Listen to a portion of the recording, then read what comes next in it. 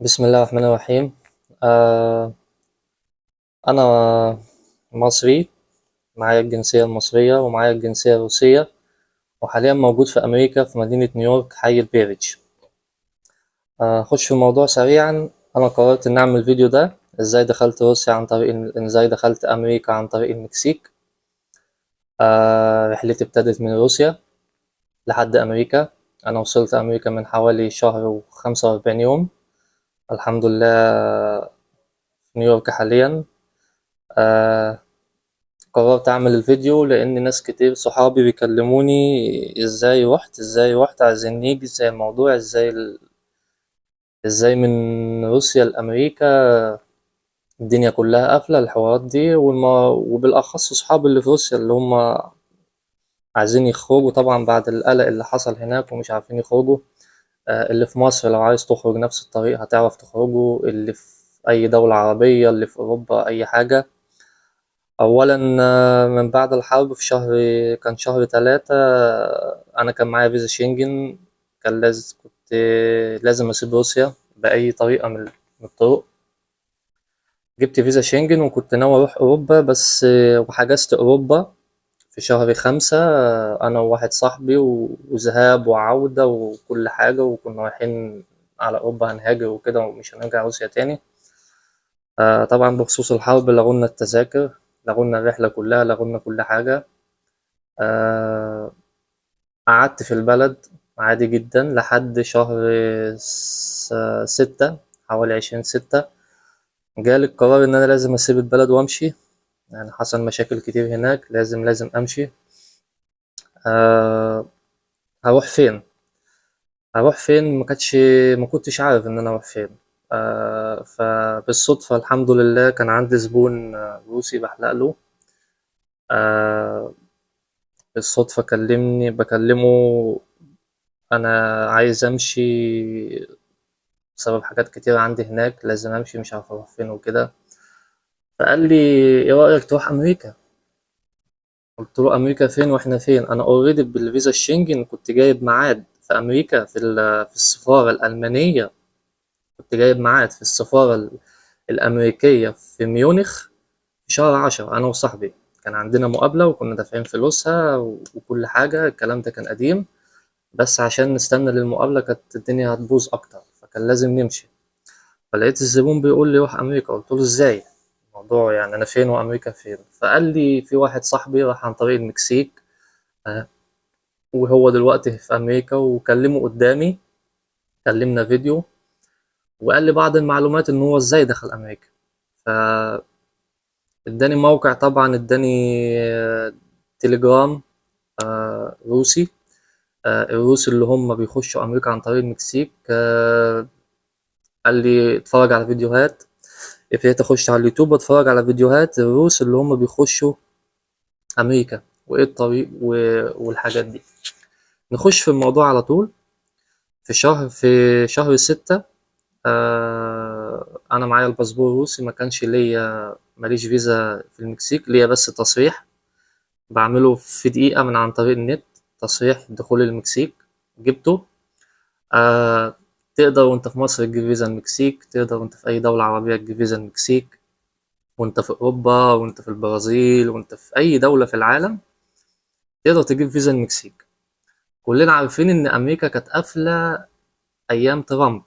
ترامب كان قافل امريكا خالص، اللي كان بيجي يقدم لجوء في امريكا كانوا بيخلوه يقدم لجوء عن الحدود المكسيكية، ويقولوا له ارجع في المكسيك، افضل قاعد لحد ما ننظر في اللجوء بتاعك، لو خدت اللجوء بتخش، ما خدتش اللجوء بتفضل قاعد في المكسيك.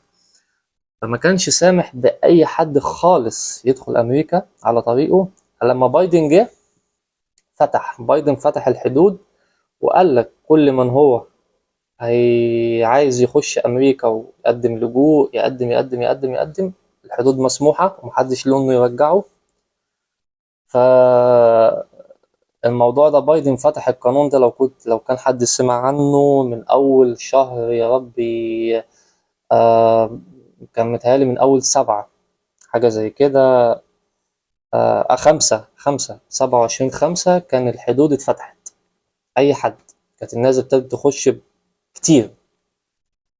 بس ازاي ان انت تخش المكسيك؟ الصعوبة كلها ازاي ان انت تخش المكسيك. انت دخلت المكسيك، انت 80% دخلت امريكا، 20% خلاص. يعني انت دخلت المكسيك دخلت امريكا. بس فكان الموضوع ازاي. فقعدت طبعا في خلال الشهر ده درست الموضوع، اتفرجت على فيديوهات وكده، وابتديت اودع في اصحابي. ما قلتش لحد خالص انا رايح فين، الموضوع كان مقفول. يعني انا معرفش اصلا الموضوع بنسبة 50%. هخش 50%، هرجع 50%، هتقتل. لأن أنا على الحدود من حدود المكسيك لأمريكا، حدود دي خطر جدا عشان الكل يحط في دماغه. آه طبعا تجار المخدرات، تجار السلاح، تجار الكلام ده كله. احتمال تموت، احتمال الشرطة المكسيكية تقبض عليك، تتحبس، تترحل. حاجات كتيرة كده غلط، كانت صعبة. أنا قلت أنا مش هقول لحد ما اشوف الموضوع معايا هيتم ولا هيفشل. فانا كان معايا فيزا شنجن، اصلا كنت جايب شنجن انا وصاحبي. فكان كل اصحابي بقول لهم انا رايح ايطاليا وخلاص، مش راجع روسيا تاني.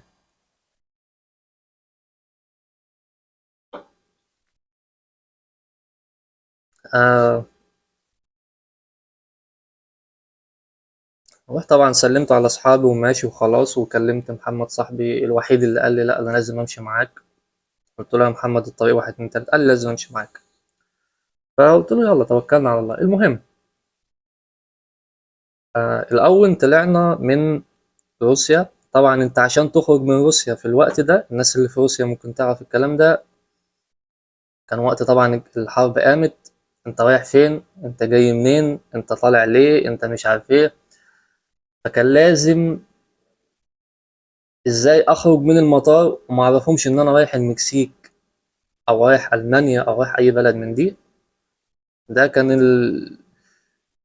المشكلة الكبيرة. وبعدين دي اول حاجة، 10% من نجاح خطتك ان انت تطلع من مطار موسكو. يعني في الوقت الحالي كانوا بيحققوا مع الناس رايحين فين جايين منين الكلام ده كله.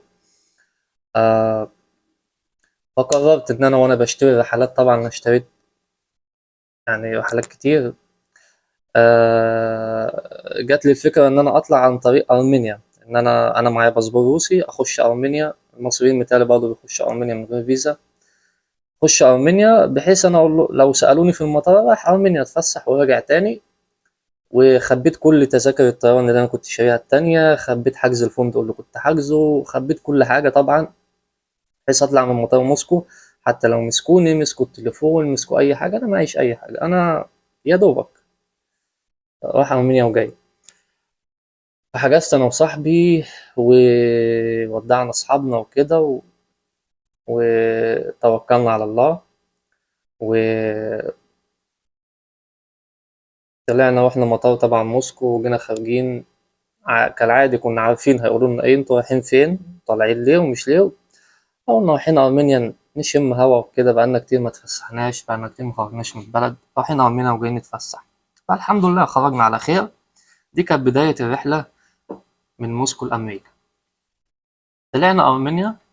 الحمد لله مطار أرمينيا في الدخول برضه ما كانش فيه مشاكل. دخلنا أرمينيا. الطريق كالآتي، كنا حاجزين موسكو، أرمينيا، أرمينيا فرانكفورت، فرانكفورت اللي هي ألمانيا، فرانكفورت، كانكون المكسيك. دي كانت الرحلة بتاعتنا. فحجزنا أرمينيا ونزلنا أرمينيا. كان عندنا حوالي يوم كامل ترانزيت في أرمينيا.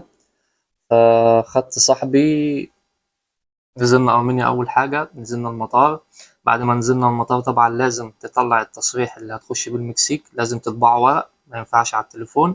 الكلام ده كان لازم يتعمل في مطار أرمينيا، عملناه. لازم برضه الناس اللي هتمشي الحوار ده تعمله.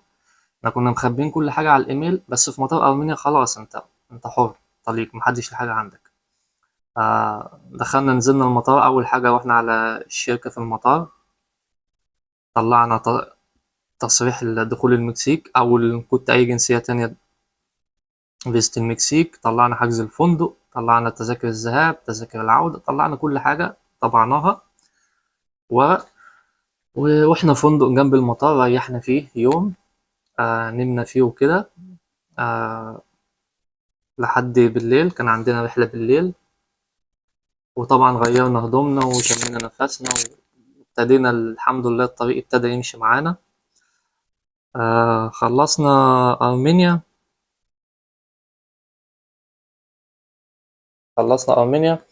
طلعنا على أرمينيا بالليل.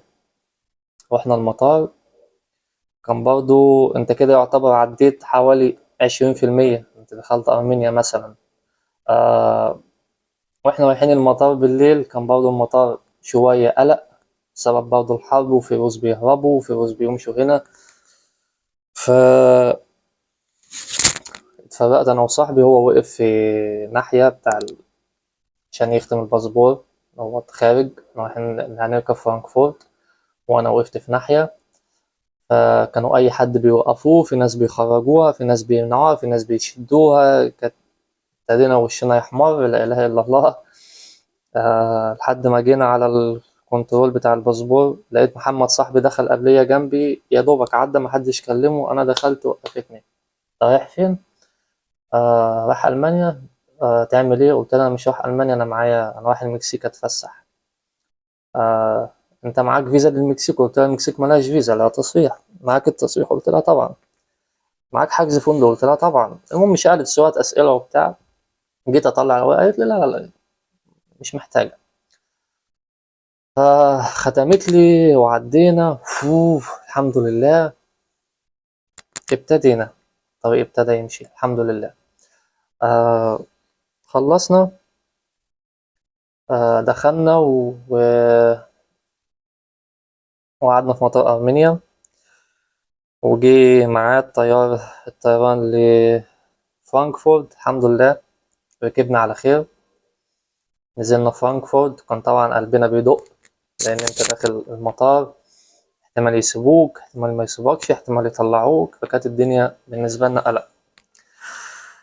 آه بداية الطريق نسيت أقول حاجة، بس إن الناس أنت تقدر تروح مطار فرانكفورت، مطار برشلونة، أي مطار عشان تروح منه المكسيك تقدر تروحه ومن غير فيزا. لا بس يكون الترانزيت قليل، 6 ساعات 5 ساعات مش أكتر. لو أكتر من كده بيحتاجوا شنجن. احنا الحمد لله كان معانا شنجن. بس لو ما تروحوش عن طريق تركيا. دي للناس اللي في روسيا. الناس اللي في مصر معرفش، ممكن، أو الناس اللي في الدول التانية ممكن تروح عن طريق إيه. الناس اللي في روسيا ما تروحش عن طريق تركيا. ليه؟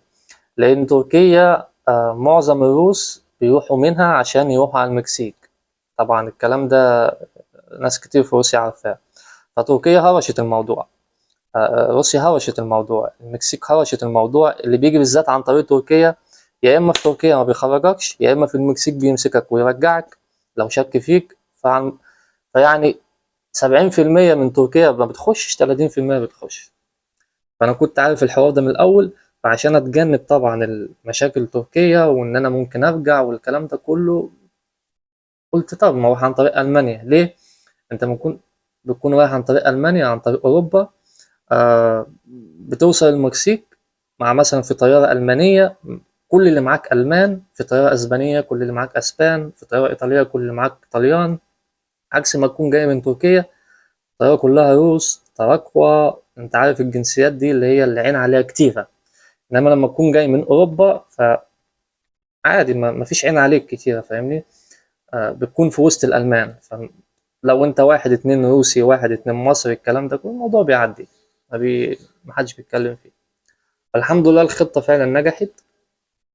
دخلنا واحنا في فرانكفورت، كان عندنا ترانزيت 6 ساعات. نزلنا، بس ما دخلناش البلد مع اننا معانا شنجن. واحنا على طول على منطقة الترانزيت. قبل الطيارة بحوالي ساعة. آه عملنا التيكت. واحنا الضابط ألمانية عملت لنا التيكت الحمد لله. هدينا برضو شوية، مفيش سؤال مفيش قلق. حتى في مطار ألمانيا حلو، لأن وأنت داخل باب الطيارة مفيش بقى حد بتديله التيكت ويختم لك ويقطعه ويدخلك الطيارة، ممكن يرجعك وكنترول. لا. في ألمانيا كله أجهزة حديثة، دي حاجة كويسة جدا يعني. ففي ألمانيا انت بنفسك بتحط التيكت وبتعدي زي نظام المترو كده، مفيش حد بيقولك انت رايح فين. الحمد لله عدينا ودخلنا الطيارة وابتدينا شوية نتنفس. موضوع حلاق تمام. الطيارة كانت حوالي 13 ساعة ونص في الجو، يعني من فرانكفورت لحد كانكون المكسيك 13 ساعة ونص في الجو. فالحمد لله. طبعا طول الرحلة انت ما بتنامش، مفيش حاجة اسمها نوم، انت قلقان لأن مطار المكسيك صعب. في ناس بترجع، في ناس بيشدوها بتتحبس، في ناس بتترحل، لأن المكسيك عارفة كل اللي جاي عايز يهرب أمريكا، يعني 50% داخل أمريكا أو 90% داخل أمريكا. فدخول المكسيك صعب جدا، يعني صعب فوق ما تتخيل. لو ما كنتش مجهز كويس ومرتب، حتى لو قبضوا عليك هتقول إيه. فموضوع صعب. أولا لازم تكون حاجز فندق، مثلا هتقعد 10 أيام، لازم تكون حاجز فندق 10 15 يوم. الفندق ما يطولش عن 15 يوم لأن هيبقى أوفر أوي. هو 10 أيام، فندق 10 أيام يكون محجوز حجز مؤكد ومدفوع. كانت في ناس بتقول لي زي روس ما بيعملوا، بيوفروا ادفع 3 أيام ولما يسألك لما أخش هبقى أدفع الباقي، لأن ممكن الفندق ما يعجبنيش وأنقل فندق تاني. ليه؟ أنت طالع موضوع محتاج إنه تبعد الشبهات عنك بنسبة 100%. ادفع، الموضوع ده فلوس، ادفع. حجزت 10 أيام دافعهم، حجزت ذهاب. والعودة عملت فيها حاجة حلوة، أنا معايا شنكن عشان أحجز عودة تاني لموسكو، والتذاكر كانت في الوقت ده نار، يعني تذاكر موت في الفلوس. فعملت عودة لإيطاليا بحيث لو كلموني أنا معايا عودة لإيطاليا ومعايا شنجن أخش إيطاليا أريح شوية وبعد كده أرجع موسكو. فعملت عودة لإيطاليا كانت رخيصة، ما رضيتش أكمل لحد موسكو. وطبعا طول الطريق 13 ساعة ونص انت قاعد، يعني ربنا اللي يعلم بالقلق اللي انت فيه والرهبة اللي انت فيها. آه لحد ما وصلنا. الطيارة حطت، انت في كانكون، ويلكم تو كانكون. كانكون طبعا بتسمع ان ضباط الهجرة والحدود والشرطة وجيش، يعني المطار ما بيبقاش مطار عادي زي اي مطار في العالم، لا مطار كله شرطة وكله بيبص على الناس اللي داخلة، ويعني بيفرزهم كده، يعني ده يخش ده لا هيهرب ده مش عارف ايه. في واحد في المطار، ممكن تشوفوه بعد كده الناس اللي هتعمل الموضوع ده. آه قاعد على كرسي متحرك، هو عاجز. الراجل ده متعين مخصوص في المطار. عندهم زي استغفر الله العظيم يعني اللي هم يعني بيقول لك، آه زي ما بيقولوا ايه دي عندنا في مصر، مكشوف عنه الحجاب. فهو قاعد بس كده وحواليه الضباط ويبص، هاتولي ده، لا ده يعدي، هاتولي ده. فاللي هو قاعد بيختار الناس اللي هو بيقول لهم الناس دي هتهرب تخش امريكا، فاهمني. الراجل ده قاعد لكده. الحمد لله ما شفناهوش، يعني انا كنت داخل سامع بيه بقول يعني على طول فاخشاناهم فهم لا يبصرون كانت على لساني، يا رب ما اشوف. فالحمد لله دخلنا. كانت الطياره بتاعتنا احنا فقط، في الطياره بتاعتنا كان كل اللي معانا المان. الحمد لله كنا احنا انا وصاحبي الوحيدين اللي معانا الجنسيه الروسيه. وكانت حاجه حلوه، الباسبور الروسي شبه الالماني، الاتنين حمر زي بعض، فكانت حاجه جميله يعني سبحان الله. فدخلنا طبعا الباسبورات، خدت صاحبه ودخلنا مع بعض عشان تختم ونعدي. قالت واحد واحد، قلت لها احنا اتنين لان احنا كل وقتنا مع بعض فندق وكده. فين داخلين فندق، فين الفندق، ورينا لها الفندق، فين العودة ورينا لها العودة، فين تصريح الفيزة المكسيك وريناها التصريح. آه وطبعا احنا واقفين قدامها اللي هو مفيش ريق تبلعه، يعني هي دي اللحظة الحاسمة هتخش ولا ترجع. فالحمد لله تك تك، خدنا الاختام. وكنت عايز اخش حمام انا ومحمد صاحبي، قلت له بقول لك ايه، ولا حمام ولا بتاع. طلعنا من المطار ده بسرعة، لان طبعا حتى لما هي بتختم لك وتخش المطار في ضباط ممكن يسحبوك في الشارع، ممكن ياخدوك عشان تحط في بالك يعني. فقلت له بقول لك ايه، يلا بينا نعمل حمام في الفندق. طلعنا على طول على الشارع، ركبنا تاكسي بكام طبعا بقى مش هنفاصل. قلت له يلا احنا خلينا نمشي. خدنا تاكسي وطلعنا على الفندق، وابتدت الخطة في النجاح الحمد لله ان احنا ازاي نخش امريكا. وصلنا الفندق. احنا طبعا امريكا على حدود تخوان اللي هي الحدود اللي بينها بين امريكا وبين المكسيك.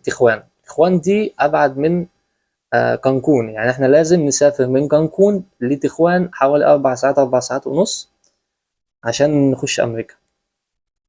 فده اصعب مطار هتعدي عليه، يعني اصعب مطار، اصعب ضباط يعني. آه، المطار اللي هو الحاسم، اللي هو اصلا يعني تخوان دي مش بلد اصلا سياحيه، هي سياحيه بس فيها حاجات بسيطه، لان هي بلد حدود امريكا. انت جاي هنا تعمل ايه غير انك تهرب امريكا؟ فان انت تخش البلد دي يعني صعوبه شديده. دخلنا تخوان طبعا، دخلنا قصدي كانكون، انا وصاحبي وقلنا نريح شويه. حجزنا فندق ريحنا فيه اول يوم. طبعا جايين من رحله موسكو، أرمينيا، فرانكفورت، المكسيك. رحلة طبعا 3 أيام في الطريق. رحنا الفندق، نمنا، ريحنا جسمنا. وتاني يوم ابتدينا نكمل بقية الخطة، ازاي ان احنا هنروح هنخش أمريكا. فالحمد لله وقعت في واحدة روسية آه، بتحجز لك ذهاب وعودة إخوان، وبتعمل لك بروجرام سياحي، بحيث لو الشرطة وقفتك بتقول لهم أنا معايا بروجرام شاري رحلات سياحية وداخل 3 أيام تخوان وراجع والكلام ده. هم قعدنا يوم والتاني. وطبعا عشان تكلم الناس دي اللي هي طبعا هتحجز لك التذاكر، الناس دي بتخاف. فطبعا بعت لها رسالة، كلمتني انت منين، تعرفني منين؟ قلت لها انا عارفك على الجروب تليجرام. الجروب ده ناس عايشة في أمريكا بيساعدوا الروس إن هم إزاي يخشوا أمريكا. آه قالت لي ماشي. كانت هي ست محترمة جدا، ويعني وتعاملها بقول لك كلمة، تعاملها بكلمة، مش بقى ابعت لي فلوس وحول لي فلوس والكلام ده. تعاملها كلمة. قالت لي انت عايز إيه؟ قلت لها انا عايز طبعا الطريق اللي انت بتعمل اي حد. عايز ذهاب وعودة من تخوان لكانكون انا وصاحبي، عايز حجز فندق 3 ايام، عايز اشتري رحلات سياحية. فطبعا انا كنت حاطط في دماغي ان الموضوع كبير والمبلغ كبير. فهي ست كويسة جدا، طلع قالت لي لا انا هحجز لك ذهاب هتدفع فلوسها، العودة هعملها لك عودة يعني شمال، اللي هو مش مؤكدة، بس لما الشرطة تشوفها في المطار مؤكدة ومدفوعة. بس هي بتعملها كده، هي ده شغلها، ما بتدفعش حقها. وبتعمل لك بروجرام سياحي برضه كأنه مدفوع بس هو مش مدفوع. يعني وفرت علينا بصراحة مبلغ كبير، الله يبارك لها الست دي. قالت لي هجيلك، هتمشوا عايزين تمشوا امتى؟ قلت لها انا عايز اقعد 3 ايام او 5 ايام، مش عارف اقعد كام يوم عشان برضه ما يبقاش انت جاي كانكون النهارده طلعت اخوان تاني يوم، انت جاي تهرب. فاللي هو لازم تحسسهم ان انت جاي تتفسح. قلت لها انا عايز، قالت لي اقعد 5 ايام وهحجز لك في الخامس وامشي. اليوم الخامس هاجي لك قبل ميعاد الطياره ب3 ساعات او 4 ساعات، اديك الورق كله هكون طبعته لك. بص في مطار المكسيك وكانكون وتخوان المطارات دي بتتعامل بورق، ما بتتعاملش بتليفون. يعني ما ينفعش تاخد حاجه على التليفون وتوري له في المطار، لا لا لا، الناس ما بتتعاملش بتليفون خالص. فتعامل بورق في الايد، شغل زمان هما بيتعاملوا بيه. قلت لها ماشي. فطبعا عشان أأمن نفسي برضو لو اتمسكت في المطار في تخوان، لما أقول له بقى أنا جاي أتفسح وجاي هنا رحلة والكلام ده، آه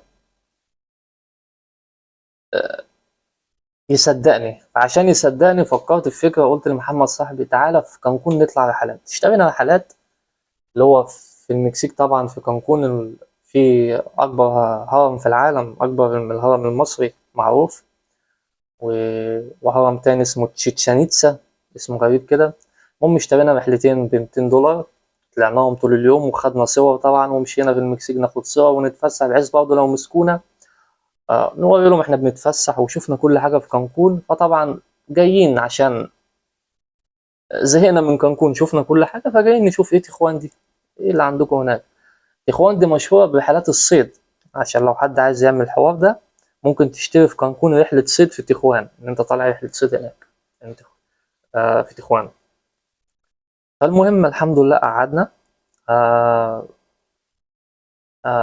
لحد اليوم الخامس، طلعنا رحلات وتصورنا وكل حاجة. فاليوم الخامس آه استنينا الست هتجيلنا، قالت لنا أجيلكوا الساعة 4، جهزوا الفلوس أجيلكوا بالورق.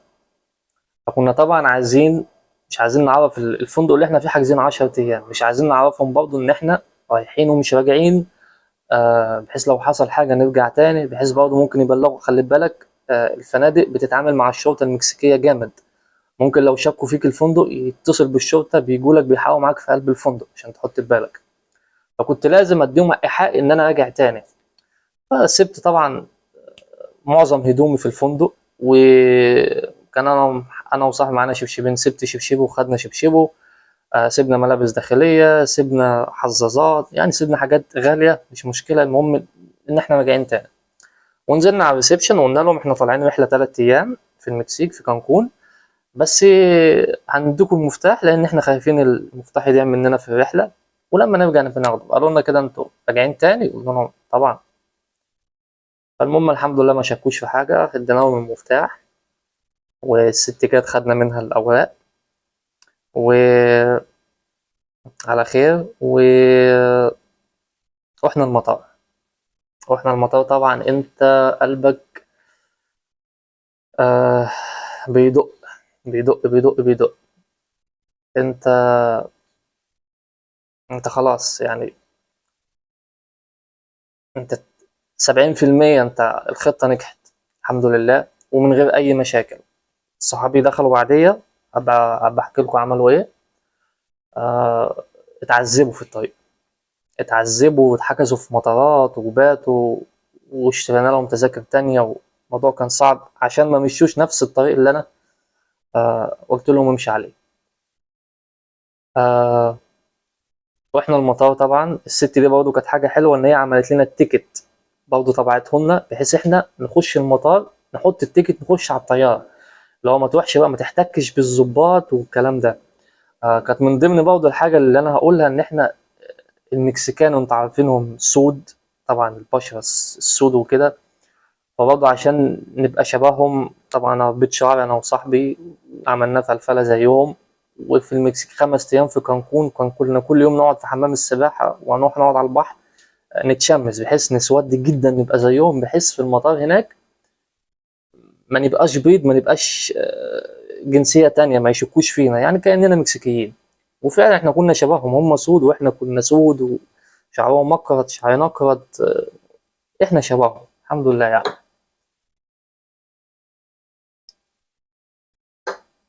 لحد ما خدنا التيكت وخدنا كل حاجة ودخلنا. آه قعدنا في المطار. طبعا قبل ما تعمل الموضوع ده حاجة مهمة جدا، لو مش معاك ما ينفعش تعمل الموضوع ده.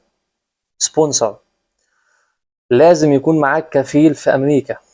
الناس دي الناس اللي بتقدم في اللوتري والكلام ده عارفة الموضوع ده. لازم يكون معاك بالطريق ده بالذات، لازم يكون معاك كفيل في أمريكا زي الكفيل اللي في السعودية. آه رقم تليفون وعنوانه، ومش بقى رقم تليفون وعنوانه وخلاص، لا، رقم تليفون وعنوان واحد في امريكا، وهم هيتصلوا بيه يقول لهم ايوه انا اعرف مثلا فلان جاي لي عشان يسيبوك تخش له. لو مش معاك حد في امريكا ما تطلقش، يعني مش هتخش. لازم يكون معاك حد في امريكا، بحيث هيبقى هو المسؤول عنك، بحيث لو تعبت هيصرف عليك، هياكلك هيشربك هيسكنك هيشغلك، فهيبقى هو مسؤول عنك. ف 100% هو، من غيره خلاص. انا للاسف خرجت، انا حاليا في امريكا، وللاسف صاحبي لحد الان محبوس على الحدود. في جورجيا، محبوس في جورجيا مخرجش لحد دلوقتي. هقول لكم برضه الموضوع ده بعدين. ف واحنا مطار المكسيك، مطار المكسيك الحمد لله ما حدش كلمنا. قعدنا لحد ما روحنا الطيارة، دخلنا الطيارة، قعدنا 4 ساعات وشوية كده ونزلنا المطار هناك. برضه من ضمن الحاجات اللي كانت بتساعدنا ان احنا نخش، فهي كانت حجزلنا الست دي الروسية، كانت حجزلنا كراسي جنب الباب. قالت لنا اول ما الطيارة تقف اجروا، انتوا هتبقوا اول ناس جنب الباب، اجروا بحيث تخشوا بسرعة، لان عبال ما الشرطة في المطار تتلم هتكونوا انتوا عديتوا. ما تستناش في اخر الطيارة ولا تقول ده اخش في وسط الناس، لا. في المطار ده بيفرزوا بجد. ف واحنا مطار تخوان نزلنا، فزي ما هي قالت جينا ماشيين انا ومحمد. مطار فعلا رهيب وصعب. آه كل متر بتلاقي ضابط على اليمين على الشمال، طبنجات هنا وطبنجات هنا، ولبسهم لبس جيش، اللي هم بتوع الحدود، في قلب المطار واقفين وبيفرزوا الناس، بيشدوا تعالى طالما رحت خلاص. آه لو مسكوك آه المطار المكسيكان بيموتوا في الفلوس. لو مسكوك في مطار كانكون او تخوان، مش اقل من $500 عشان يسيبوك، واعرض عليهم فلوس. يعني ما تخافش بقى ده رشوه، لا لا لا، ده هم بص، ده هم قاعدين، ده رزقهم. يعني في ناس اعرفها الضابط مسكهم تعالوا معانا روس، خدهم الحمام، انتوا كام؟ احنا 5 كانوا شباب، $2500 عشان تمشوا على طول. 2500 عدوا. ما هو لو مسكك الآتي بيرحلك على السجن بتاع المكسيك ده بره المطار، ومن السجن ده تقوم محامي، المحامي ده بياخد $3000 عشان يخرجك منهم، غير انه بيخرجك وبتترحل. فاهمني ازاي؟ فما ينفعش تقع تحت ايديهم، ادفع اللي يقولوا عليه. احنا كنا على الحمد لله احنا كنا حاطين فلوس في جيبنا جاهزين لاي حوار. آه فجينا ماشيين طبعا انا ومحمد صاحبي، طلعنا سلم الطلوع اللي هو الباب. كنا احنا طبعا في اول الطريق، محمد بيقول لي امشي انت وانا بمشي وراك، قلت له إيه؟ زعقت فيه امشي جنبي، قلت له امشي جنبي، امشي جنبي. وزي ما الست قالت لنا اتكلموا مع بعض واضحكوا وبتاع، كانكم جايين تتفسحوا، مش ما يبانش عليكم رهبه. ما تبصش للظابط في عينيه، عينك في وشك وماشي. والله نادى عليك روح له، ما ناداش اديك ماشي. قلت له امشي جنبي، وبقيت ابص له طبعا نتكلم ونضحك وجبنا لبان وناكل لبان وبتاع. جينا عند اول ظابط بيبص لنا، وانا عارف انه بيبص لنا، فالحمد لله على طول عديناه. فبقيت وانا ماشي بقى شمال يمين ظباط، كل ما تعدي ظابط تحس انه هيندهلك يسيبك، تقول كده كده كده كده، مترميين على الجنبين الظباط في المطار. لحد ما جينا عند اخر ظباط، لقينا ظباط صف واقف كده، حوالي 5 6 واقفين. ودول بقى لو عديتهم خلاص، الباب شمال خلاص انت خرجت. هو مطار داخلي، مفيش طبعا كنترول ولا ختم ولا الكلام ده، بس مطار صعب. فمن سبحان الله، من رحمة ربنا، أنا طول الطريق في الطيارة 4 ساعات ونص بستغفر ربنا وبدعي وكل حاجة بعملها. آه واحنا ماشيين رايحين لهم، الحمد لله كان كل واحد قفش واحد ومطلع باسبوره وعمال يقلب فيه. فلقيت الباب شمال، وانا ماشي انا ومحمد صاحبي، كان في 2 قفشوا 2 وبيشوفوا الباسبور. سرعت الخطوة، قلت لمحمد سرع الخطوة، سرعت الخطوة، وهو جاي بيبص في البازوم، قمت انا معدي من وانا ومحمد في شمال على طول. سبحان الله، لقينا تاكس، بنتي واقفة تاكسي، قلت لها تاكسي، لقيت شوت العربية جت، ركبنا في العربية، قالت لنا $30، قلت لها $30 مشينا. خدت مننا خدنا التاكسي طرنا، الحمد لله طرنا. كتبنا طبعا للراجل، كان معانا واحد في أمريكا اسمه مش عايز أقول اسمه عشان ما يزعلش. راجل محترم جدا، الله يبارك له. كلمناه طمناه علينا، الحمد لله دخلنا تخوان. قال خلاص انتوا دخلتوا امريكا. انتوا خلاص 20% فاضلين من الخطة وخلاص انتوا توكلتوا على دخلتوا. فخدنا التاكسي ورحنا الفندق. آه، حاجة تاني هقولها للناس: في كانكون اتفسح بالنهار زي ما انت عايز، بس ما تلفش كتير. يعني بعد الساعة 6 ما تخرجش بره الفندق، لأن كانكون خطر جدا بالليل، وعصابات وشرطة ومافيا. يعني ما تطلعش من الفندق زي ما احنا ما عملنا. اخوان، ما تخرجش لا نهار ولا تخرج ليل، الا لما كنت تخرج ساعة تجيب اكل وترجع تاني، لان اخوان بيلموا الناس من الشوارع عشان تحط البرد. الشرطة بالعربيات 24 ساعة في الشوارع بتلم الناس، بتلم الناس. لان امريكا عاملة اتفاقية مع المكسيك بحيث ان هم يرجعوا الناس من المطارات ومن الحدود ومن المكسيك نفسها، بحيث امريكا بتقول لك هنديك حق الهجرة، اللجوء، اي حاجة، بس تعال لنا. وفي نفس الوقت بيقولوا للمكسيكان ما تجيبوهوش لحد عندنا، يعني ما تسمحلوش يجيلي.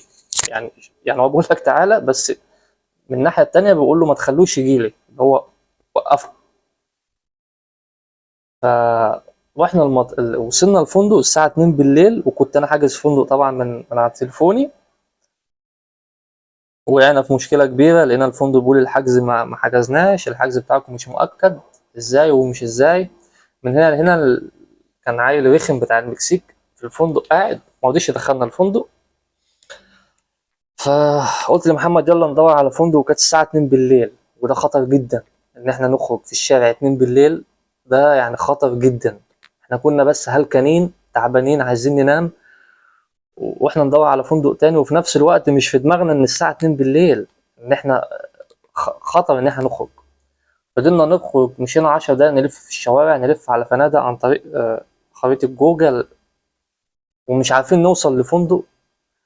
وطبعا العربيات معدية واحنا الوحيدين في الشوارع، اخوان مفيش حد بيمشي فيها بالليل، هص هص. ف قلت لمحمد بقول لك إيه، يلا نرجع الفندق ونعرض عليه اي فلوس ينيمنا بس لحد الصبح، وبكره الصبح ندور على فنادق، لان احنا لو اتمسكنا دلوقتي احنا ضعنا. احنا مش هنيجي هنا واتفها ونتصدر زي ما بنقول. رجعنا الفندق قلنا له احنا كنا بندور، قلت له عشان برضه ما يقولش احنا كنا بندور على فندق تاني، نقول له كنا بندور على الاكل ناكل. فقلنا له احنا مش لاقيين اكل في البلد. قال لك كل حاجه قفلت وكده. وفعلا ما كناش، والساعه 2 بالليل كان عندنا هبوط، فهنعمل ايه؟ مفيش اكل. قلنا له طب عايزين اوضه، طب نريح لبكره. المهم من هنا قال خلاص هاتوا $100 واطلعوا ناموا، والصبح نشوف الموضوع بتاعكم. الحمد لله ادانا $100، طلعنا نمنا. تاني يوم الصبح بعت ايميل للشركة اللي انا حاجز من عليها، قلت لهم حصل واحد اتنين تلاتة. الشركة بعتت للفندق، عملوا معاه مشكلة. الفندق اتأسف لنا ورجعنا $100، وقال لنا معاكم حجز 3 أيام واحنا آسفين جدا والكلام ده. الحمد لله. تخوان مش عايزة منك سرعة وجنون.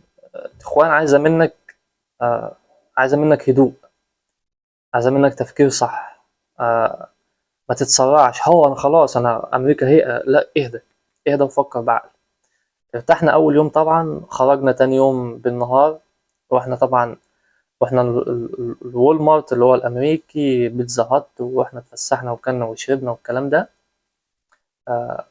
تاني يوم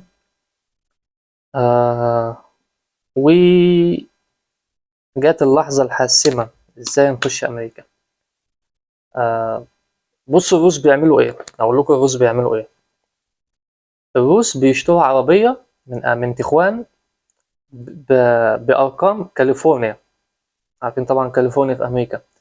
العربيات دي بتتباع في المكسيك من أول 2000 ل $5000. فأنا كنت مشترك في الجروب اللي هم الناس اللي هم في المكسيك وتخوان، اللي هم الروس بيجمعوا بعض 5 6 $5000 $4000 $3000، ويشتروا عربية ويعدوا بقى الحدود. ازاي تعدي الحدود؟ بالطريقة دي. هي طريقة شرعية وغير شرعية. يعني هي اسمها شرعية واسمها غير شرعية. الروس كالآتي: بيروحوا يشتروا عربية بأرقام كاليفورنيا، آه و... والرخصة الروسية، الرخصة الروسية فيها شبه من الأمريكية، بس الروس بقلم ألوان بيقعدوا بيلونوها شبه الرخصة بتاعة كاليفورنيا. تمام. الروس بيعملوا كده. وازاي بيعدوا؟ بيحاولوا مرة واثنين وثلاثة لحد ما بيخش. فطبعا بيروحوا يشتروا عربية ب4 5000 دولار، 3000 دولار في عربية ب2000 دولار، ويروحوا بقى لحد الحدود. هي في 3 ممرات بتدخلك أمريكا، اللي هي في ممر أنا هقوله بالروسي مش عارف بال... بالإنجليزي اسمه إيه، في أطايميسا، ساناسيدا، ميخيكالا. هما ال3 دول. بيعملوا كالآتي: أنت بتشتري عربية وبتروح عادي تقف الطريق الطويل ده عشان تخش أمريكا. طبعا الأمريكان بيخشوا تخوان دي، بياكلوا ويشربوا ويتفسحوا ويرجعوا أمريكا تاني عن طريق الحدود. لو معاك باسبور أمريكي ليك إنك تخش، لو معاك حدود برية طبعا، لو معاك الجرين كارد، معاك الحاجات دي. وبيروح يخش. اللي بيعملوه الروسي بقى، لما انت بتروح قبل ما تروح عند الضابط ويدخلك في كاميرا، فالمفروض ان انت تطلع الرخصة بتاعتك تحطها في الكاميرا. الضابط هناك على الحدود بيشوفها، فبيسمح لك، يقول لك تعدي ولا ما تعديش، او توري له باسبور امريكي او الكلام ده. فالروس عشان طبعا الضابط ما يشكش فيه، فبيطلع الرخصة بيلونها بحيث الضابط برضه يتلخفن فيها، وبيحطها بسرعة ويشيلها. يعني ما بيحطهاش كده الضابط يحقق فيها، لا، بسرعة ويشيلها. تمام. لو الضابط شك فيك بيجي لك بسرعة، بحيث لو انت جيت لحد عنده، لو في خط كده اخضر، لو انت عديت الخط ده انت خلاص انت في امريكا. لو ما عديتش الخط ده انت مش في امريكا. فلو عديت الخط ده انت بتقول له I need political asylum. لو كنت بقولها صح، عايز اقدم لجوء. فالضابط خلاص ما ينفعش يرجعك، ملوش حق انه يرجعك، انت خلاص انت على الحدود الامريكية. لو قبل الخط بيرجعك، بيسلمك للشرطة المكسيكية. الشرطة المكسيكية بتاخد منك العربية، وبتاخد منكم حوالي كل واحد 200 300 دولار حسب ما يقولوا، ويسيبوك وتروح تشتري عربية جديدة وتيجوا تحاولوا من جديد لحد ما يسمحوا لكم، لحد ما زي ما بقول لك تيجي معاك. في روسي بيعدوا 40 مرة بيحاولوا، في اللي 10 مرات، في من أول مرة بيحاولوا بيخش.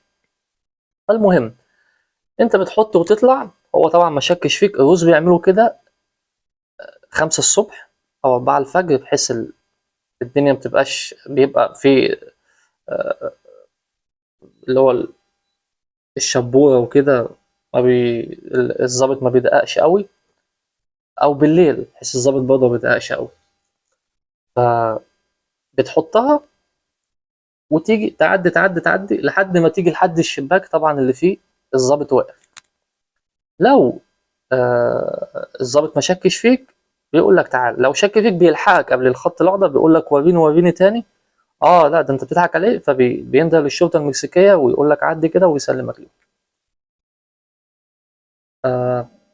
لو كده بتروح له. لما بتروح له طبعا بتقول له I need political asylum، انا عايز اقدم لجوء. ف... فبيبص لك ويضحك، اللي هو انت ضحكت عليا. وبيبص للعربيه بيلاقيك عديت الخط الاخضر، خلاص انت في امريكا، انت على الارض الامريكيه. القانون الامريكي ما يدوش الحق انه يرجعك، مستحيل يرجعك. فبيقول لك اوكي اوكي اوكي، وبينده طبعا للضباط بياخدوك و ويعملوا لك طبعا الورق. وهقول لكم بعد كده ازاي المرحله التانية تتم، ازاي بتخش، ازاي اللي بيحصل الكلام. ليه مش شرعي؟ لانك بتضحك عليه، ان انت رايح له وكدبت عليه. شرعي ان انت جيت على الحدود على الارض الامريكيه وعايز اقدم لجوء. انا ما دخلتش امريكا وجريت وهربت زي ما العرب عامه بيعملوا، ويخش امريكا تهريب من غير ما يروح للضباط. لا، احنا للضباط، وده اسلم حل. ف ان انا كنت عايز اعمل كده، اشترك في عربيه مع ناس من الجروب، بس منعنا الفلوس. انا كنت عامل حساب الفلوس، بس صاحبي ما كانش عامل حسابه في فلوس. يا اما غامر لوحدي، يا اما انا اسيب صاحبي اتخلى عنه واروح انا اعمل الحوار ده مع الروس، واحاول مره واتنين اخسر 3 4000 دولار لحد ما اخش. يا اما ان انا ما اتخلاش عن صاحبي واخش بطريقه غير شرعيه، ودي انا ما يعني ما بنصحش حد بيها، لانه طريق موت يعني بامانه. آه، الافضل ان انت تشترك بعربيه او تحاول في على فكره طريق مشي، ممكن تروح لحد طريق المشي ولو سابوك برضه بتقول له انا عايز اقدم لجوء. فالطريق ده قبل اي شيء انا ما بنصحش حد فيه. ما بنصحش حد فيه، بس احنا ما كانش قدامنا حل تالت. مفيش الا هو. ف آه، الافضل ان انت تعمل بعربيه لحد ما بتخش. فنزلت بالليل، انا جبت على الخريطه انا ومحمد صاحبي الحدود الامريكيه فين. نزلت بالليل، كانت برضه خطر جدا، يعني جنون ان انت نازل تقول لبتاع تاكسي وديني الحدود الامريكيه يعني، لانه ممكن ياخدك في الطريق يخطفك يقتلك ياخد فلوسك يعني. بس احنا كنا في الوقت ده انا بقول لو مش قلبك ميت ما تعملش الموضوع ده. لازم يكون قلبك ميت، لازم تكون مش بايع على شيء. فانا انا اصلا في الموضوع ده انا كان قلبي ما كانش فيه قلب اصلا يعني. انا آه كلمت اهلي وقلت لهم، طبعا بعيد عن كلمت اخواتي بس قلت لهم ان آه احتمال موتي، ما قلتلهمش 50%، قلت لهم 30% احتمال ان انا اتقتل، ان انا ما اخشش اصلا. لو غبت وكده ان شاء الله اطمنوا خير وكله على الله. المهم يعني آه نزلت بالليل، محمد صاحبي طبعا كان في الفندق، قابلت تاكسي قلت له، كان في توكوسة واقفة، طب اقول له عايز اروح حتة اجيب اكل وكده. قال لي انت منين؟ قلت له ما قلتلوش مصر، قلت له من روسيا انفورميشن. اه ضحك وكده، الروس كلهم بيجوا بيهربوا دلوقتي والحدود مفتوحة. قلت له انت تفضحنا يا عم الحاج، اخلص يابا. قعد يضحك وكده. اما طلع الترجمة على تليفونه ولا ممكن اساعدك لو عايز تعدي. انا ضحكت قلت له طب انت ايش عرفك ان انا عايز اعدي؟ قال لي انت هنا 100% انت عايز تخش، انا هساعدك وانا عايز فلوس. قلت له ماشي، هتاخد كام؟ قال لي اخد 1000 دولار، 500 منك و500 بس. 1000 دولار دي بالبيسا المكسيكي حوالي 20000، نفس يعني 1 دولار 20 جنيه مصري، 1 دولار 20 بيسا مكسيكي. فاللي هو انت بتقول لواحد بتاع تاكسي هديك 20000 جنيه مصري وتمشي بيا 3 4 ساعات تودينا لحد الحدود وترجع. فطبعا مين هيقول لك لا؟ مبلغ كبير بالنسبة لهم يعني. فقال لي اوكي، اديني رقمك واستنى مني تليفون وما ترنش، مش هديك انا رقم، مش هترن عليا. انا شغال في الحوار ده بس. قلت له طب هنمشي امتى؟ قال لي نمشي النهارده الساعه 3 بالليل. انا كنت عايز امشي بالنهار، قلت له 3 بالليل انت هتموتنا. اما انا كنت مرعوب جدا يعني، الله اعلم. 3 بالليل واحد ما نعرفوش ومكسيكي والمكسيك مافيا ومخدرات يا نهار اسود. ما انا ما انا مش عايز اقعد في تخوان كتير، لان انا لو الفندق اللي انت بتقعد فيه برضه تحط في بالك آه تحط في بالك ما تقعدش في الفندق اكتر من 3 ايام. فنادق تخوان لو عديت ال3 ايام الفنادق بنفسها بتتصل بالشرطه وبيجوا ياخدوك من قلب الفندق. فاي حد ذكي بيعمل بعد 3 ايام بيعمل تشيك اوت من الفندق وبيغير الفندق يروح فندق تاني. انا كنت حاجز 3 ايام ومش عايز اروح فندق تاني عشان ما تمسكش، طبعا انا عايز اخلص عايز اعدي. فالمهم وراني قال لي انا بعدي ناس وما تخافش وكده انا ما فيش قدامي حل تالت. قلت له اوكي. فرحت قلت لصاحبي طبعا. قال لي انت مجنون؟ قلت له هي جنان بجنان بقى هنعمل ايه؟ اتفقنا معاه. الساعة 2 كلمنا، قال لي جهز نفسك 3 بالدقيقة تنزل الريسبشن بتاع الفندق، هاجيلكوا بعربية أخوكوا. 3 ودقيقتين ما لقيتكوش، مش همشي على طول، اللي هو يعني الناس دي ما بتهزرش. قلت له حاضر. الساعة 3 رن عليا، الساعة 3 بالظبط نزلنا، قصدي قعدنا في الريسبشن. أنا كنت طبعا كنا عايز انزل الريسبشن، برضه الريسبشن الساعة 3 بالليل، ممكن برضه بتاع الريسبشن يتصل بالشرطة لو انت نازل قبلها بنص ساعة وقاعد في الريسبشن، انت رايح فين الساعة 3 بالليل؟ انا نزلت 3 ل 5 دقايق بالظبط، قلت له حتى لو بتاع الريسبشن هيتصل بالشرطة عبال ما تيجي نكون احنا خلعنا. 3 بالظبط نزلت، 3 ل 5 نزلت الساعة بالظبط 3 لقينا عربية جاية، احنا كنا متفقين معاه وهو في عربية تاكسي، فلقينا عربية رصاصي جاية قدام الفندق ونزل الإزاز عمل لنا كده، لقيته هو العربية اتغيرت، يخرب بيتك، هي دي عربية التهريب. رحنا له وركبنا جنبه، أنا ركبت جنبه وصاحبي ركب ورا، بعدين نتكلم معاه عن طريق الترجمة، مشي بينا. أنا كان في اعتقاد إن في حدود بيننا وبينها نص ساعة وإحنا هناك شفناه، وفي حدود ساعة وفي حدود 4 ساعات، فلقيناه بقول له أنت هتاخدنا أنهي حدود؟ قال لي الحدود اللي هي أبعد 4 ساعات. يخرب بيتك يا بعيد. أنا طبعا طول الطريق أنت ما تعرفش أنت هتموت ولا هيحصل إيه. المهم تابعت في الراجل مع الراجل اللي في أمريكا وصحابي في موسكو، كنت كل حتة أوصل لها أبعت لهم اللوكيشن بتاعي، الموقع بتاعنا فين، بحيث لو قتلني يعني صحابي هيبقى معاهم آخر موقع ليا، يبلغوا الشرطة يجوا ياخدونا، حتى ياخدوا جثتنا ولا يشوفوا يعملوا فينا إيه. كنت على طول كل 10 دقايق ربع ساعة طبعا أبعت لهم اللوكيشن وأنا بتكلم معاهم. حد مشينا واخدنا طبعا في طريق صحراء كله ضلمة، مش بس بس وانا ماشي ابتديت اقرا الحدود، مخيكالة الحدود دي، الطريق ده بتاع فقط الناس اللي هي العربيات، اللي هي عربيات النقل التقيلة والبرادات والخضار والحاجات اللي بتخش أمريكا من المكسيك، ده الطريق بتاعهم. يعني كان كلها عربيات كبيرة وإحنا العربية الصغننة اللي ماشية معاهم كده. مشي بينا ساعتين لحد ما وصل بينا بنزينة. البنزينة دي ببعت اللوكيشن بتاعي، كنا قريبين لكاليفورنيا، كنا وشربنا في البنزينة وكده، ولقيته بيقول لي طلعوا الفلوس، قلت له 2.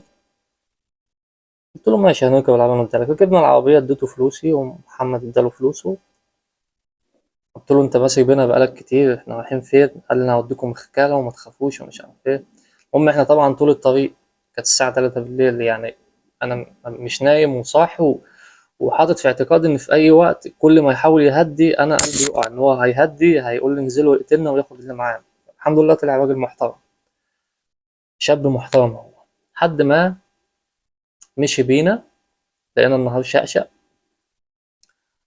قبل ما نوصل بنص ساعة كده الحدود الأمريكية، آه قال لنا معاكم فلوس عايزين تغيروها؟ قلت له ايه الاحترام ده، انا معايا كان معايا لسه حوالي $100، ومحمد صاحبي خدهم وادانا الدولار اشتراهم مننا وصدمنا. ويا ريته ما قال لنا انتوا هتخشوا من الطريق، ادانا النقطة اللي احنا هننزل عليها، قال لنا انا هقف، هتنزلوا الجري، اول ما اقف تنزلوا، مفيش حاجة اسمها تتكلموا معايا، هقف تجروا. ادانا اللوكيشن بتاع الحدود وقال لنا هتمشوا مع الخريطة لحد ما تخش الحدود، بس خلوا بالكم امشوا على طول في الطريق ده، ما تجوش في الغابة، غابة بسيطة هي صغيرة. والغابة دي لأن الغابة دي فيها مكسيكيين، ممكن في أصلا مكسيكيين قاعدين اللي هم بياكلوا عيش، طبعا كل اللي جايين يخشوا الحدود بيثبتوه ياخدوا اللي معاه ويعدوه. فقال لي خلي بالكم من الحتة دي، لو قابلوك وادوهم أي فلوس ادوهم كل واحد 20 $100 زي ما بيطلبوا. خلي بالكم الطريق ده بتاع المخدرات، تهريب المخدرات، تجار السلاح. بس ما تقلقوش الوقت ده اللي هو كانت الساعة 6 الصبح، 5 ونص حاجة زي كده، النهار طلع ما بيبقوش هم في الوقت ده، هم بالليل تهريب مخدرات والكلام ده، بس بالنهار هم ما بيبقوش موجودين. فقال لنا ما تخافوش، يعني انا دخلت ناس كتير وما تخافوش يعني خير، فلو هو قتلنا اكتر. قلنا يلا خليها على الله. فضل ماشي، قبلها قال لنا جهزوا نفسكم، جهزنا نفسينا، خلاص 10 دقايق كتبت طبعا بعت آخر لوكيشن للراجل اللي هو مستنينا في أمريكا أنا فين. وابتديت أشوف ناس على الطريق وعربيات، هي الحدود ناس اللي هي فلاحين يعني ناس، فابتديت أطمن خلاص في ناس حواليك يعني، ما قتلكش بالليل هيقتلك بالنهار. المهم وقف، جو جو جو، جرينا من العربية، نزلنا المنزل كده بينزلك البتاع. ولما نزلنا قابلنا واحد روسي ومراته ومعاهم طفل 7 سنين صغير، خدناهم معانا. مشينا في الغابة، واحنا ماشيين في الغابة لقينا على اليمين ناس عربية وحوالي 15 واحد ولا 20 ناس كتيرة، فاستخبينا في وسط الشجر وجرينا. لا يكونوا بتوع المخدرات لسه ما ناموش، والله الله يخرب بيكم. فعدينا منهم. المهم مشينا وتوهنا مش عارفين نعمل ايه يعني. احنا عمال ماشيين، قال لنا اول حاجة هتلاقوا ترعة، هتنزلوا الترعة هتجيب نصكوا، تعدوا الترعة خلاص انتوا كده في أمريكا. المهم احنا قلبين الدنيا على الترعة مش لاقيين، عايزين بسرعة نمشي، احنا مينفعش نقف في الغابة.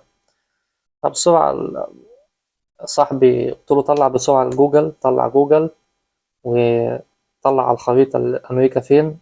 فجاب على الخريطة الترعة، مشينا جرينا لقينا الترعة ريحتها زي الزفت يعني، كلاب ميتة ما تعرفش بكابورت ولا ترعة. المهم لازم بتنزل فيها، بتجيب لحد نصك كده. فهو كان قال لنا برضه هتاخدوا هدوم تعدوا بيها الترعة، وبعد كده بتغيروا الهدوم بترموها وبتمشوا بهدوم تانية. طبعا احنا نزلنا طبعا الترعة، الواحد برضه نازل مرعوب تمساح يطلع ياكلك ولا ايه يا رب القرف ده. المهم نزلنا الترعة، عدينا الحمد لله بسلام. طلعنا الناحية التانية هنا طبعا ناس كتيرة، هدوم مرمية وشنط وكاوتشات، والناس اللي معدية قبلنا الطريق ده. المهم الحمد لله عدينا الترعة، غيرنا هدومنا. محمد صاحبي بيفتح الخريطة قال لي خلاص احنا في أمريكا. قلت له لا، أنا مش في أمريكا، أنا شوف الحديد الأحمر الكبير اللي كان ترامب عمله وما كملوش، أعديه خلاص أنا تحت. المهم خلاص عدينا الترعة، مشينا لقينا حتة الحديد اللي هو الصغنن كده والطويل هناك. المهم عدينا الصغير، انتوا في الولايات المتحدة الأمريكية. نفتح الخريطة خلاص انتوا في أمريكا، يعني اللي هو الحمد لله عملناها. فرحة ما بعدها فرحة، شم الهوا الأمريكي، انت على أرض أمريكية. بعت اللوكيشن بتاع الراجل هنا، قال لي انتوا في أمريكا، ألف مبروك. عملتوها. الطفل قعد يرقص، كانت معانا الشاب بنت روسية فرحت، والولد انت مش مصدق انت في أمريكا. بتحس بالفرحة أكتر لأن الطريق اللي انت خدته صعب وخطر وتقيل يعني صعب صعب صعب. آه، ما نعرفش ان الاصعب لسه جاي. المهم دخلنا، احنا كنا عارفين طبعا هنروح فين، نمشي على طول في هناك بتروح. احنا طبعا مش زي العرب هروح بقى اهرب، لو عايز اهرب اخش. بس انا قلت لا، انا لازم اروح للشغل. رحنا مشينا واحنا لحد الحدود، لحد النقطة بتاعة الشرطة هناك. ما كانتش الشرطة، لقينا امريكان، 2 امريكان كبار في السن، شافونا من بعيد، تعالوا تعالوا. الجو كان يعني درجة حرارة الجبل 50، يعني الجو كان موت موت موت. آه الناس دي الله يبارك لها الله يبارك لها الله يبارك لها يعني. 2 أمريكان واقفين على الحدود لابسين ملكي عادي. بسرعة جابوا لنا مية ساقعة، أزايز مية ساقعة، جابوا لنا شوكولاتة، سكريات، جابوا لنا عصاير، جابوا لنا موز. وقعدنا نأكل الطفل الأول لأن احنا كنا فطسانين، مشينا في الشمس كتير، الجو كان نار. قال لنا آه، قعد يكلمنا بالإنجليزي، صاحبي كان بيترجم، صاحبي كويس في الإنجليزي، أنا روسي بس يعني الإنجليزي بتاعي ضايع. أهلا بيكم في أمريكا، اطمنوا انتوا في أمان، محدش هيكلمكوا. آه، آه، اللي انتوا عايزينه قولوه، عايزين مية، عايزين احنا خدامين احنا خدامين عندكم يعني، اللي انتوا عايزينه اطلبوه. يعني راجل الله يبارك له بصراحة. في حمامات، قعدنا نغسل وشنا طبعا، عاملين لنا هم عاملين الحتة دي مخصوصة للناس اللي جاية تقدم أيا كان لجوء أي حاجة، تقف في الحتة دي. دخلنا حمام، قعدنا نغسل وشنا، غيرت هدومي تاني، غيرنا كاوتشاتنا. آه مفيش أصلا حتة ضلة بتقعد فيها، اللي هي حتة صغننة ضلة قعدنا فيها الطفل، هي وهو والست. في قاعد يتكلم معانا، انتوا منين؟ قلنا احنا من روسيا. اوه الحرب وبوتين والكلام ده، واهلا بيكوا وما تقلقوش لحد ما لقينا بتوع الشرطة جايين بعربية. قال لنا وي فروم، انتوا منين؟ قلنا له فروم راشن، احنا روس. ويلكم، اقعدوا مكانكم، ما تتحركوش، ما تخشوش امريكا، ما تتحركوش من مكانكم. طلعوا تليفوناتكم قدامكم، هديكوا وقت كله، كلموا اهلكم، طمنوهم، قولوا لهم ان انتوا في امان، انتوا بخير، ما تقلقوش. هتختفوا بس مجرد وقت وهتخرجوا تاني، عشان هاجي اخد منكم التليفون، يلا ابتدوا. فطبعا كله مسك التليفون، كلمت اخواتي، كتبت لهم، قلت لهم الحمد لله انا في امريكا، هختفي شويه، ممكن شهر اتنين الله اعلم.